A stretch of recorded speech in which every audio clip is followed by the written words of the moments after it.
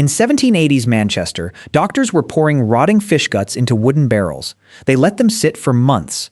The livers fermented. The oil that seeped out was dark brown and smelled like death. That same oil, cleaned up, put in a capsule, and rebranded, became one of the biggest supplement industries in the world. Here's what almost no one tells you.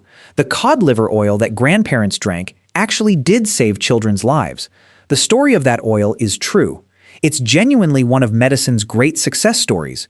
But the fish oil capsule sold today, the one you see next to the vitamins and the multivitamins, that's a completely different product, sold for a completely different reason, and that reason may have started with a scientific mistake. This is the strange, thousand-year story of how rotting fish liver became medicine. How it saved a generation of British children from a bone disease that once crippled entire cities. How 3 Danish scientists rode dog sleds across Greenland and accidentally started a global industry. And how, quietly, in the last decade, the science holding that industry up began to fall apart. 2 products, 2 claims, 1 brutal reckoning. Let's start where it always starts, in the cold. Long before Manchester, long before laboratories, long before the word vitamin existed, humans on the far northern coasts figured out something important. Fish liver oil healed things. The very first written mention comes from Hippocrates, the Greek physician you probably learned about in school. Around 400 BC, he wrote about using fish oil medicinally. 4 centuries later, the Roman naturalist Pliny the Elder wrote about dolphin liver oil being used for chronic skin conditions. That's the ancient credit. But that's not where the real story lives. The real story lives in Norway, in Iceland, in Greenland, way up in the villages where the sun goes away for months at a time. Imagine one of those villages. Imagine a mother watching her child. The child's legs are getting weaker. His skin is pale. He hasn't seen direct sunlight in 3 months because the sun barely rises above the mountains between November and February. There's no doctor. There's no medicine cabinet. There's a barrel in the corner of a smokehouse filled with an oily brown liquid that smells terrible. She spoons some out. She makes the child drink it. This scene happened, in some form, thousands of times, for 1,000 years. They called it the gold of the ocean. Vikings drank it. Fishermen packed it in their boats. Mothers force-fed it to sick children. It was folk knowledge, passed down through generations, without a single scientific paper to justify it. The method was brutal. Take the fresh livers of cod, pack them into a wooden barrel with seawater, wait, sometimes for months, sometimes for a full year. As the livers rotted and fermented, oil separated to the top. Skim it off. That's your medicine. Roughly 400 cod livers gave you about 100 liters of oil. It smelled awful. It tasted worse. But something kept people using it. Kids who took it grew stronger. Wounds seemed to heal faster. Winter illnesses didn't hit as hard. Now, did they understand why? No, they didn't know about vitamins. They didn't know about fatty acids. They didn't know about sunlight and bone development. They believed the oil worked. And in ways they could not possibly explain, in some cases, it actually did. Remember that pattern. It's going to matter later. Because this is the first version of the fish oil claim, a folk remedy people trusted for reasons they couldn't articulate. It's the honest version, the one that will hold up under science. The second version, the modern one, the one in the capsules, that's a different story. And that story is coming. For now, the folk remedy is about to leave the fishing villages. In 1782, a single letter, written by a British doctor to his colleague, will drag fish oil into the medical mainstream. And that letter contains something that shouldn't exist in the 18th century. A test. Manchester, 1782. Dr. Robert Darby works at the Manchester Infirmary. He's been quietly using cod liver oil on patients with chronic rheumatism, the aching, grinding joint pain that made industrial workers old before their time. The patients are getting better, really better. Darby writes a letter to a colleague, Dr. Thomas Percival. Percival is more senior, more prominent. He takes Darby seriously. And then he does something remarkable for the 1780s. He runs a comparison. Percival gives some patients the oil. Others get nothing. He watches. He records. It's a rough, unblinded, informal version of what medicine wouldn't formalize for another 150 years, a placebo comparison. It's decades ahead of its time. The result, the oil group improves, the others don't. In October 1782, Percival presents the paper formally. It becomes the first serious medical account of cod liver oil taken internally. The Manchester Infirmary is soon using around 50 to 60 gallons of the stuff every year. Cod liver oil gets added to the British Pharmacopoeia, the official list of approved medicines. Fish oil is no longer folk medicine, it's official. But here's the strange twist. It fades. For roughly 40 years, cod liver oil largely disappears from serious British medicine. Doctors get distracted, new treatments come in, Percival's paper gathers dust. And in those 40 years, while nobody was paying attention, something horrifying started happening to the children of the industrial world. The Industrial Revolution was turning European cities into black, smoke-choked machines. Factories ran day and night. Workers lived in narrow tenements where sunlight barely reached the windows. Kids grew up indoors, malnourished, breathing coal soot. Their bones didn't develop right. Imagine a 2-year-old whose legs bow outward under his own weight. His skull is soft in patches. When his ribs deform into a shape doctors called a pigeon breast. His wrists thicken into painful knots. He can't stand up. And his mother, watching from a factory tenement in Manchester or Glasgow, has no idea why. The disease was called rickets. In some industrial cities, 9 out of 10 poor children showed signs of it. Nobody knew what caused it. Some doctors blamed damp air. Some blamed poverty. Some blamed the sinful behavior of the parents. They were all wrong. Then, quietly, in 1824, a German medical journal made a suggestion. Cod liver oil. Try it on rickets. Doctors tried it, and it worked. Through the mid-1800s, the evidence stacked up.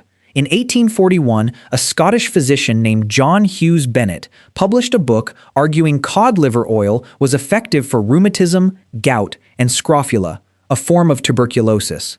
7 years later, he pointed out something faintly embarrassing. Fishing communities in Scotland, Sweden, and Norway had been using this stuff from time immemorial. Peasants had figured this out centuries before doctors had. By the 1890s, cod liver oil was everywhere. Prescribed for rickets, for tuberculosis, for weak lungs, for skin diseases, for general wasting. Every European pharmacy sold it. Mothers force-fed it to reluctant children by the spoonful. It became a symbol of Victorian childhood, cold, greasy, and universally hated. The oil was helping. Kids were recovering. The evidence was undeniable. But here's the part almost no one thinks about. Almost every explanation doctors gave for why the oil worked was wrong. They talked about vital principles. They talked about animal magnetism. They talked about oily nourishment strengthening the frame. None of it was right. The doctors of the 19th century had a treatment that saved lives, and no idea how it did it. That was a small preview of a much bigger pattern. Medicine can find things that work long before it understands them.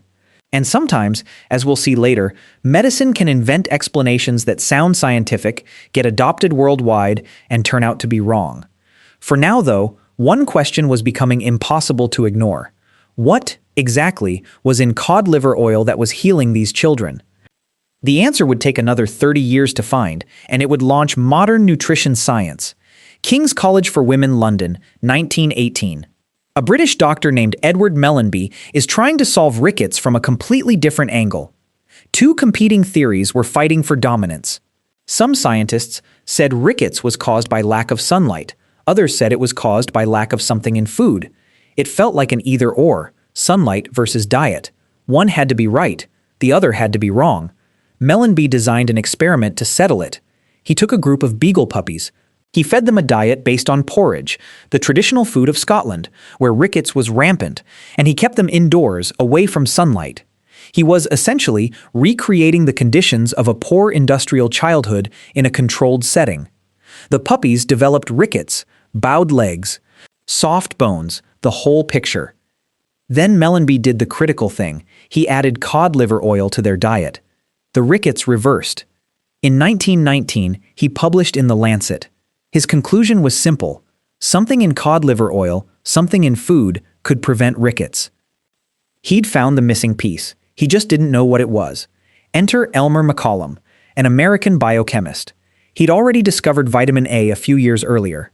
He read Mellanby's work and got curious. Was the rickets-fighting substance the same as vitamin A, or something new? His experiment was ingenious. He took cod liver oil and destroyed the vitamin A in it. He heated the oil and bubbled oxygen through it, which broke vitamin A down. Then he fed the vitamin A-free oil to rats with rickets. The rats still recovered, which meant something extraordinary. There was a second, unknown substance in cod liver oil, something science had never identified, something powerful enough to reverse a devastating disease. McCollum named it vitamin D. And now the twist that changed everything. Because scientists soon realized vitamin D could also be made by the body when the skin was exposed to sunlight. That was the answer to the sunlight versus diet debate. Sunlight and food weren't competing explanations. They were two different routes to the same missing substance. That's why kids in sunny fishing villages didn't get rickets. Their skin was making vitamin D from the sun. That's why urban kids trapped indoors got rickets. No sun and no cod liver oil in their diet either. That's why the oil had worked for 1,000 years without anyone knowing why. Cod liver oil, it turned out, was one of the richest natural sources of vitamin D on the planet. Around the same time, in Vienna, a British researcher named Harriet Chick was running trials on malnourished children left broken by World War I. Her results confirmed everything. Cod liver oil could prevent and cure rickets in children, not just puppies, not just rats, actual kids. In her Viennese clinic in 1922, she watched children's bones harden and their bodies straighten. She proved the human case. The dam broke. Cod liver oil went from folk remedy to scientifically validated public health tool almost overnight. Governments began recommending it for children. Milk in the United States started being fortified with vitamin D in the 1930s. Rickets began to disappear from cities that had suffered from it for centuries. This is the moment to say something clearly. Everything up to this point in the story, the vitamin D story, the rickets cure, the fortified milk, the recovering children, that's the real, scientifically airtight part of the fish oil story. Cod liver oil worked. The mechanism was proven. Millions of children benefited. But here's what happens next. Decades later, researchers will use a totally different part of fish oil to make a much bigger claim. That claim will build a much bigger industry, and that claim will rest on evidence that is nowhere near as solid. Before we get to that, though, cod liver oil still had one last extraordinary chapter in front of it, because in a few years, a country at war would take this oil and hand it, free, to every child within its borders. September 1939. Britain declares war on Nazi Germany. Within months, German U-boats begin sinking merchant ships in the Atlantic by the hundreds. Food imports collapse. Britain is running out of food. Consider what that meant. A country that imported most of its calories was suddenly cut off. Millions of children faced potential malnutrition just as bombs began falling on their cities. The government had to solve, in real time, a nutritional crisis with rationing on one side and starvation on the other. Someone had to design the diet of an entire wartime population. That someone was a biochemist named Jack Drummond. He was appointed scientific advisor to the Ministry of Food in 1940. He was, essentially, given absolute power over the national diet. He decided what got imported. He decided what got grown. He decided what got fortified. His approach was revolutionary.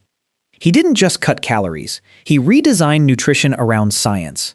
Whole grain national loaf bread, fortified margarine, school milk, and crucially, free vitamins for the most vulnerable. In 1941, the government launched the Vitamin Welfare Scheme.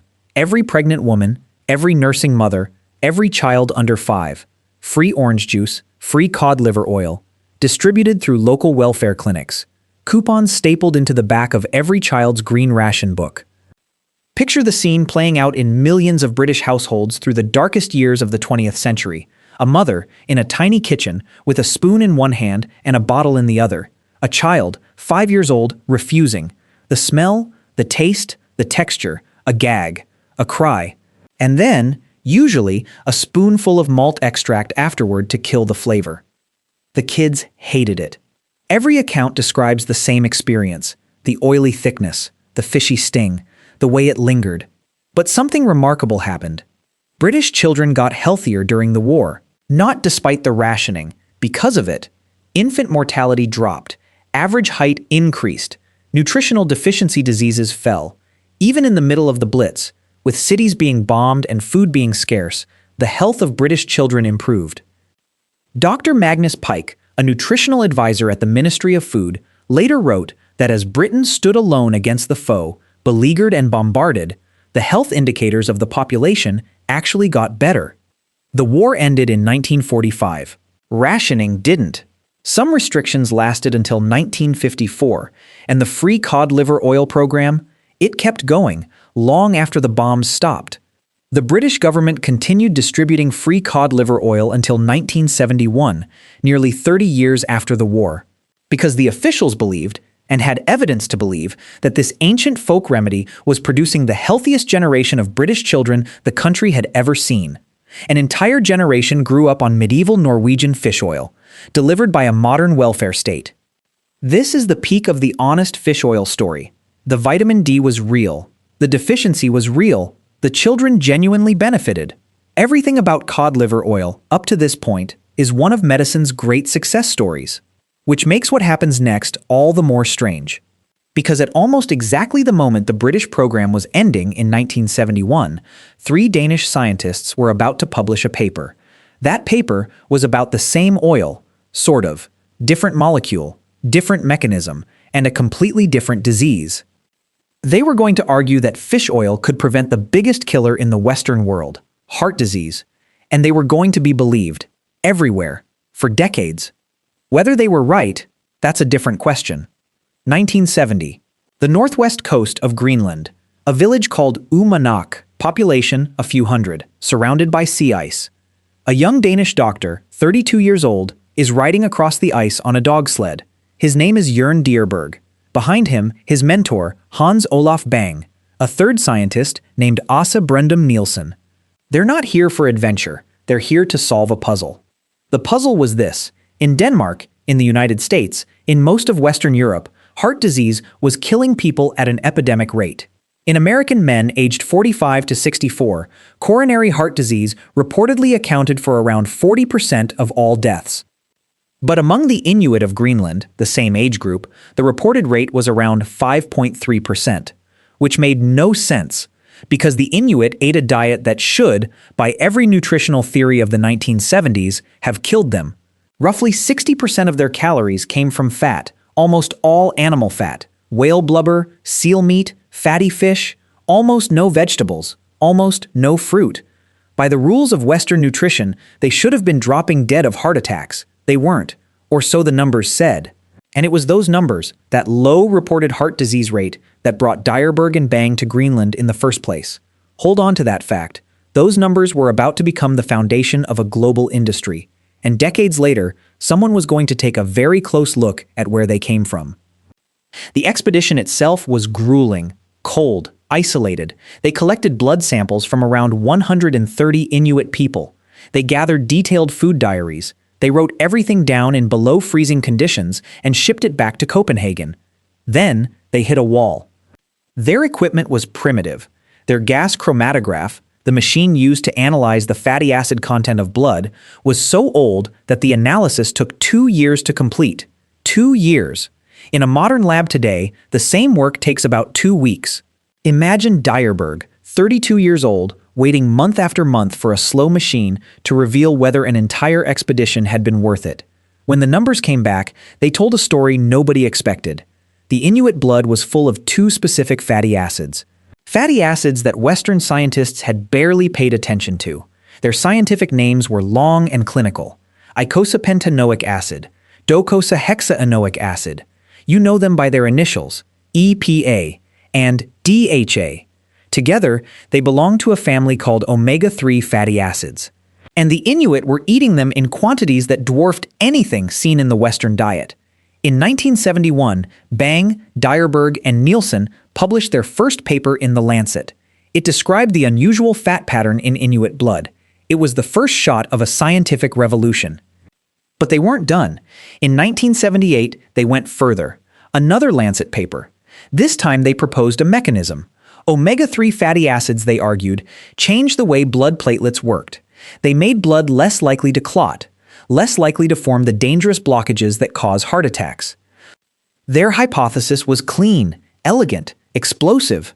Fish oil, they said, protects the heart. The scientific world lit up. The idea that a natural food could prevent the #1 killer in the developed world was irresistible. Research groups everywhere began chasing it. Papers cited Bang and Dyerberg's work thousands of times. The pair became famous. Dyerberg would be nicknamed the father of omega-3. By the 1980s, mainstream health advice began to shift. Eat more oily fish, salmon, sardines, mackerel, anchovies. And if you couldn't eat fish, take fish oil supplements. The public listened deeply. Through the 1990s and into the 2000s, fish oil moved from niche health food to mainstream household supplement. Doctors recommended it. Cardiologists recommended it. In 2002, the American Heart Association issued formal guidance supporting fish oil for people with existing heart disease. By the 2010s, tens of millions of adults were taking daily fish oil capsules. It became one of the most popular non-vitamin supplements in the world. Sales in the United States alone crossed $1 billion a year. And here, right here, is the critical thing to notice. This was a totally different claim from the one cod liver oil had proven 100 years earlier. Cod liver oil worked because of vitamin D. It cured a deficiency disease in children. The evidence was solid. The mechanism was proven. Modern fish oil capsules were being sold on the omega-3 story, on the promise that they'd protect your heart. That claim rested on Bang and Dyerberg's Greenland research, on the assumption that the Inuit really did have lower heart disease rates, on the assumption that omega-3s really were the reason. Those were big assumptions. Nobody questioned them for 40 years. Then, in 2014, a research team decided to actually check. The reassessment began around 2014. A team led by Dr. George Fodor at the University of Ottawa Heart Institute did something nobody had bothered to do since 1971. They went back to the original Greenland studies, and they checked the numbers. Their review, published in the Canadian Journal of Cardiology, was quiet but devastating. Bang and Dyerberg, the team pointed out, had never actually measured heart disease rates in the Inuit population. They had relied on death certificate data from a remote population where medical infrastructure was minimal, where autopsies were rare, and where the actual cause of death was often guessed at by non-specialists. When Fodor's team pulled in more recent, better quality data, the picture changed dramatically. Properly studied, the Inuit appeared to have heart disease rates similar to their Caucasian counterparts. Not dramatically lower, not the miraculous 5.3% versus 40% gap that had launched an industry. The foundational statistic behind the modern fish oil claim, the Eskimo paradox, may have been an artifact of bad record-keeping in a place where nobody could reliably measure anything. That was just the start. Around the same time, a new wave of large-scale clinical trials began reporting results. And these weren't correlation studies, they were the gold standard, randomized, controlled, blinded, involving tens of thousands of participants. Trial after trial came back with the same pattern. Fish oil supplements provided little to no benefit for preventing heart disease in the general population. Rather than walk through the studies one by one, here's the honest bottom line as it stands today. The evidence really breaks into 3 groups. Group 1. A healthy adult taking a regular fish oil capsule with breakfast to protect their heart. This is the group most people belong to. And for this group, the evidence for cardiovascular benefit is weak at best. Large trials have not found the protection Bang and Dyerberg's hypothesis promised. Group 2. A person with existing heart disease or with very high triglycerides taking a prescription-strength omega-3 medication under medical supervision. This is a much smaller group, and here the evidence is stronger. Certain prescription omega-3 drugs have shown real effects in specific patients. Group 3. A person eating actual oily fish, salmon, sardines, mackerel, a couple of times a week.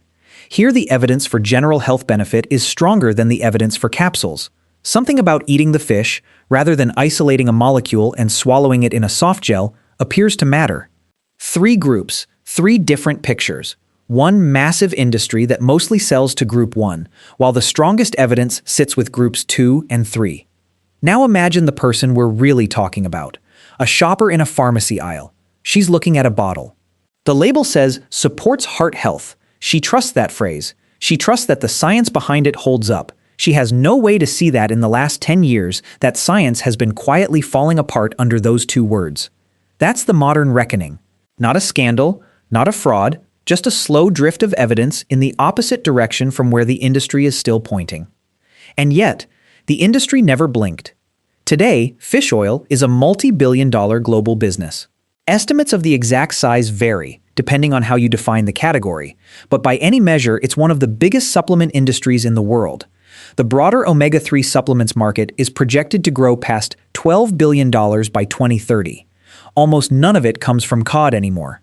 Most of the world's fish oil today is extracted from small forage fish, anchovies, sardines, menhaden, and most of those come from one place, Peru. The Peruvian anchoveta fishery is the largest single-species fishery in the world. In 2024, Peru's fleet caught over 2.4 million metric tons of anchovies in just 40 days. Roughly one-third of all global fish meal and fish oil comes from that one fishery. Those tiny silver fish swimming in the cold Humboldt Current are the raw material behind most of the soft gels sold from Los Angeles to Shanghai. Which forces one last question. If the capsules don't do very much for most healthy people, what exactly are we pulling out of the ocean by the millions of tons? And for whose benefit? That's the shape of the modern fish oil story. Cod liver oil, the old version, was medicine. It saved children. It cured a deficiency disease. It earned its reputation honestly. Modern fish oil, the new version, was built on a Greenland statistic that may not have been what it seemed, on a mechanism that has held up better in theory than in trials, on a promise most large studies can't reproduce. 2 products. 2 claims. One survived modern science. The other is being quietly rewritten while the shelves stay full. If this kind of story is what you came for, the deep, real, sometimes uncomfortable history behind the things we take for granted, I made a video you'll probably like even more. It's the history of aspirin, same shape of story, a folk remedy from tree bark that reshaped modern medicine and hid a few uncomfortable truths of its own. It's linked on screen. Subscribe if you want one of these. Real history, deeply researched, no filler, every week. For 1,000 years, fish oil was garbage. Then it became medicine. Then it became gold. And whether it's actually worth what we've been paying for it, that story is still being written.